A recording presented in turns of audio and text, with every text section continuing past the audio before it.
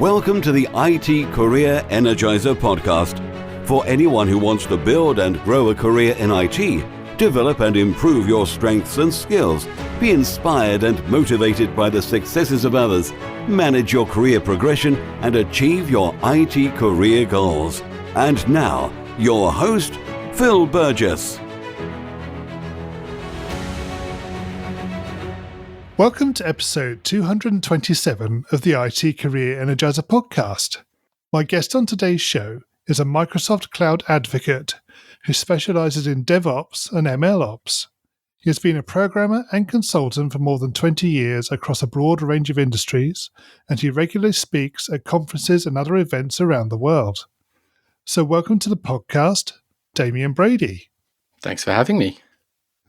So, Damian, I really wanted to ask you about maybe a term that number of people wouldn't have heard of, is MLOps. So, could you perhaps explain a little bit about that? MLOps is the idea of applying DevOps to machine learning projects. So, MLOps kind of seems to be the word that people have landed on. I would prefer DevOps for machine learning, but MLOps seems to be the one that people are landing on. For me, it involves the whole DevOps lifecycle, everything from the idea all the way through to putting a predictive model or something in production and monitoring that it works as well. So it's a little bit of a crossover of DevOps and machine learning. And just in terms of your own career, how did you end up being a cloud advocate for Microsoft? I never really aimed for it. So I guess I was a developer. I've been a .NET developer for 20-ish years professionally. And I kind of, in each job, just looked at the things that I was interested in. And at one point, I thought I would try my hand at speaking at a conference that was local, or just not a local conference, like a user group or something like that. Yep. Just to give it a try, see if I'd like it. And I loved it. And kind of looked for every opportunity to do that over the next few years. At one point, the job just before Microsoft, it became kind of half of my job when I worked for Octopus Deploy. So I was, 50% writing code and 50% doing events and conference talks and things like that. Right, and you get to travel a lot, presumably, through the conference talking. Yes, yeah. So prior to Octopus, it was I did some with consulting as well, and it was kind of a little bit of a split. If I needed to travel, part of that is my money, my time. At Octopus, it became part of my job, and then with Microsoft, it was a large part of my job, and that did mean traveling, a lot, especially from Australia. These are long trips in general. Yes, so that makes it entertaining, I guess. So presumably, most of your conferences are either in North America or in Europe. Yeah, they are. I mean, we have a few different types of cloud advocates in Microsoft, and there are some based in Australia who are more regional, and they will still do international conferences, but their focus is more, Australia, New Zealand.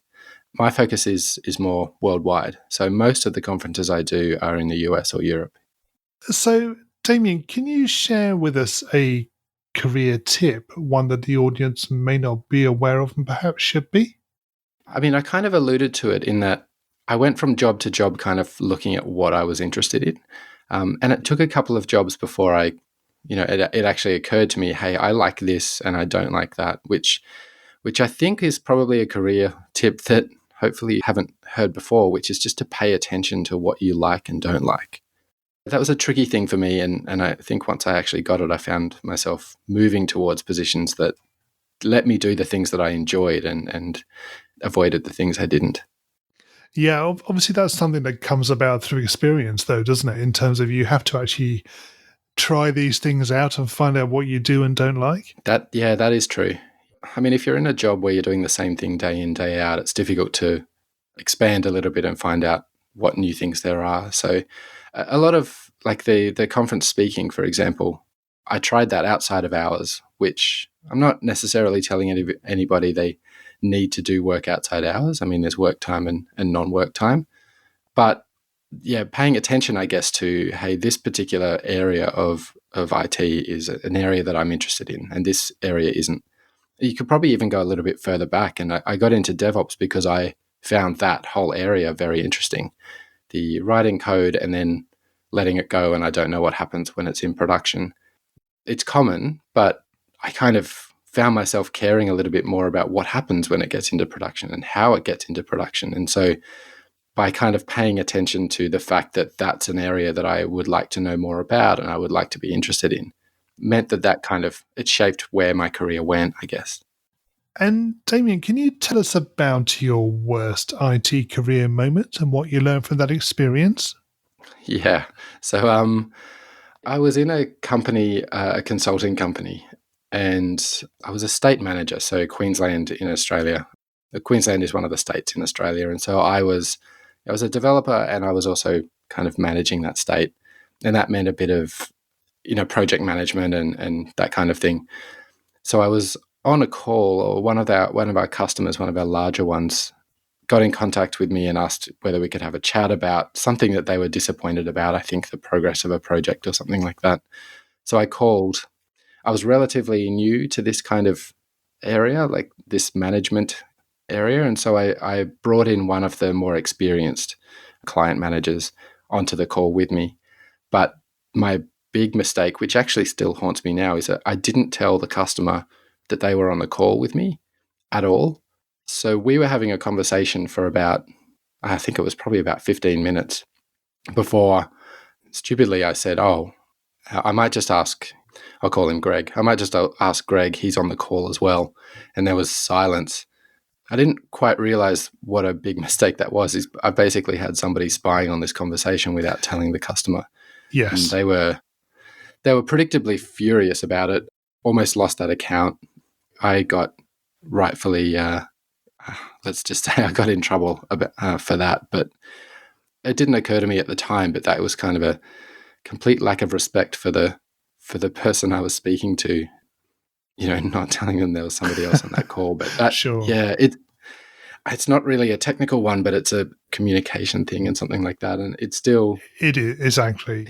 Yeah. So openness and transparency, those sorts of values. Oh, completely. Yeah. And it caused big issues. I mean, it wasn't a technical reason we almost lost that project, which was the largest one the company had at the time.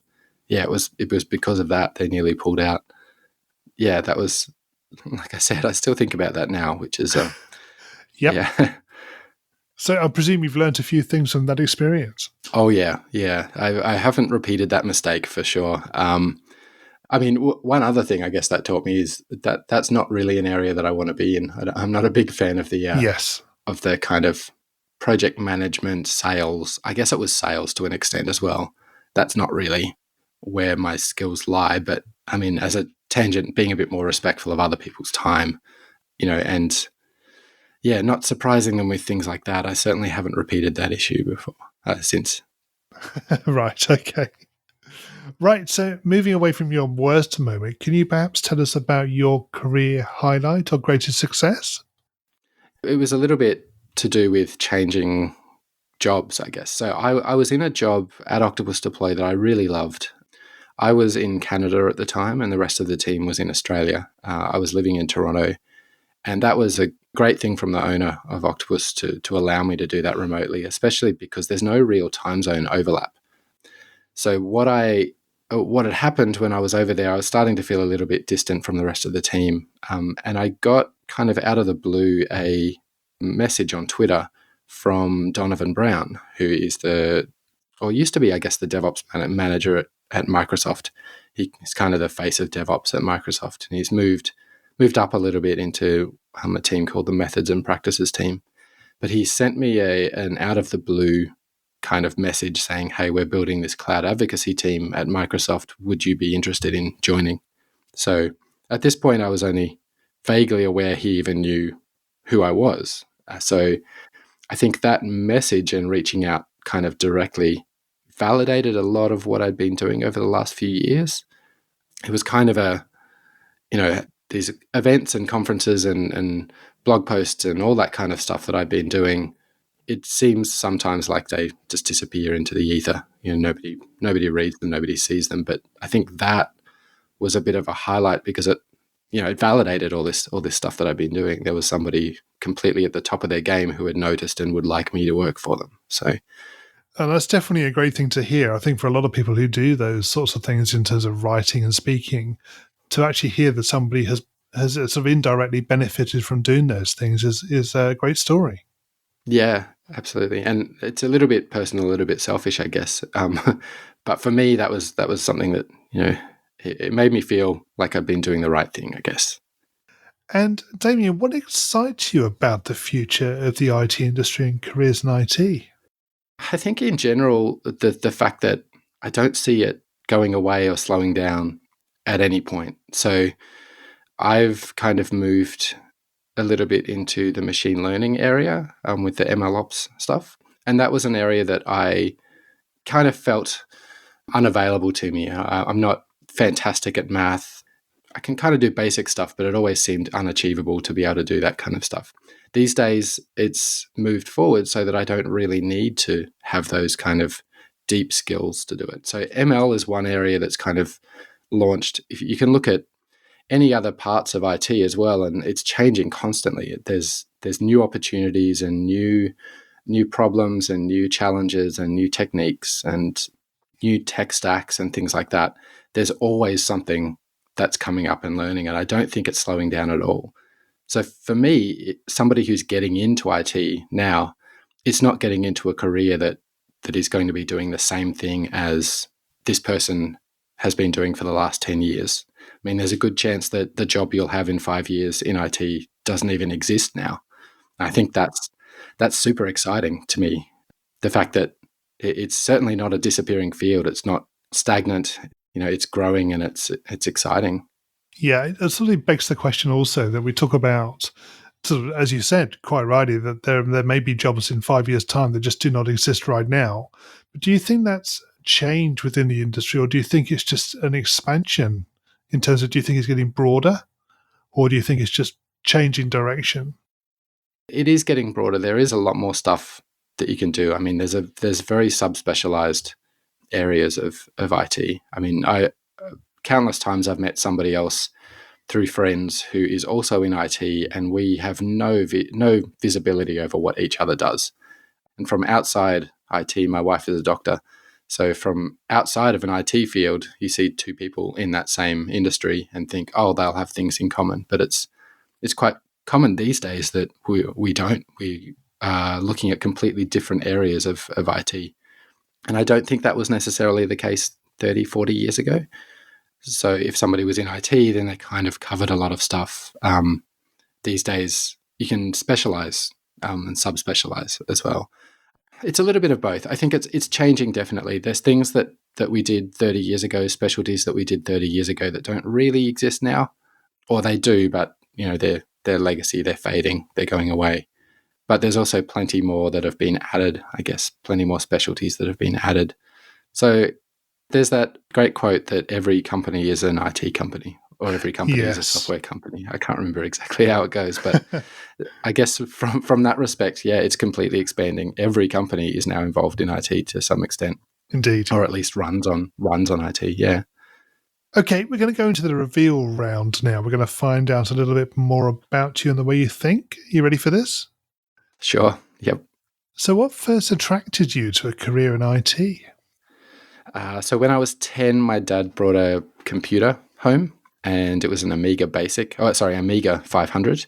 And on exploring it, we were programming stuff with Amiga Basic just from magazines and things like that. And I worked out that you could change the behavior of these little games by just making changes to little bits of text. And that was extremely empowering to me. It just felt, you felt like God a little bit. Things like changing the speed of something within a game. That's always good fun. Yeah. Yeah. Yeah. Remove all the obstacles, that kind of stuff. Yes. Yeah.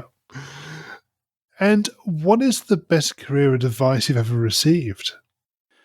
The best career advice, I think, is to probably know when it's time to move on.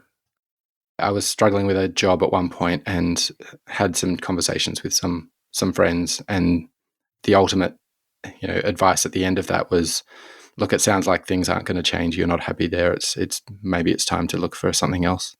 And what is the worst career advice you've ever received? I'm tempted to say the opposite. that, stick it out, it'll be fine.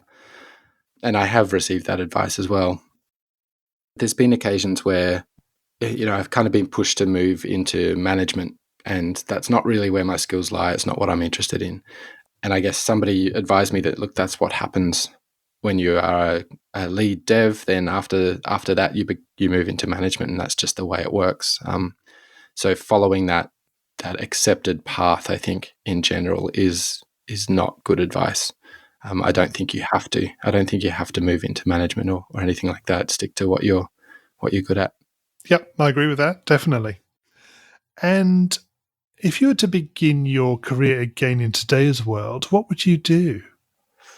For me, I would probably look at meetups and user groups and those kinds of things a lot earlier than I did. I think I was a programmer for, 8 or 9 years before I even kind of identified that those were things that people went to. And I think that was kind of a turning point for me when I finally went to one of those user groups. It opened my eyes to things that the company wasn't doing or that I wasn't doing in my day-to-day.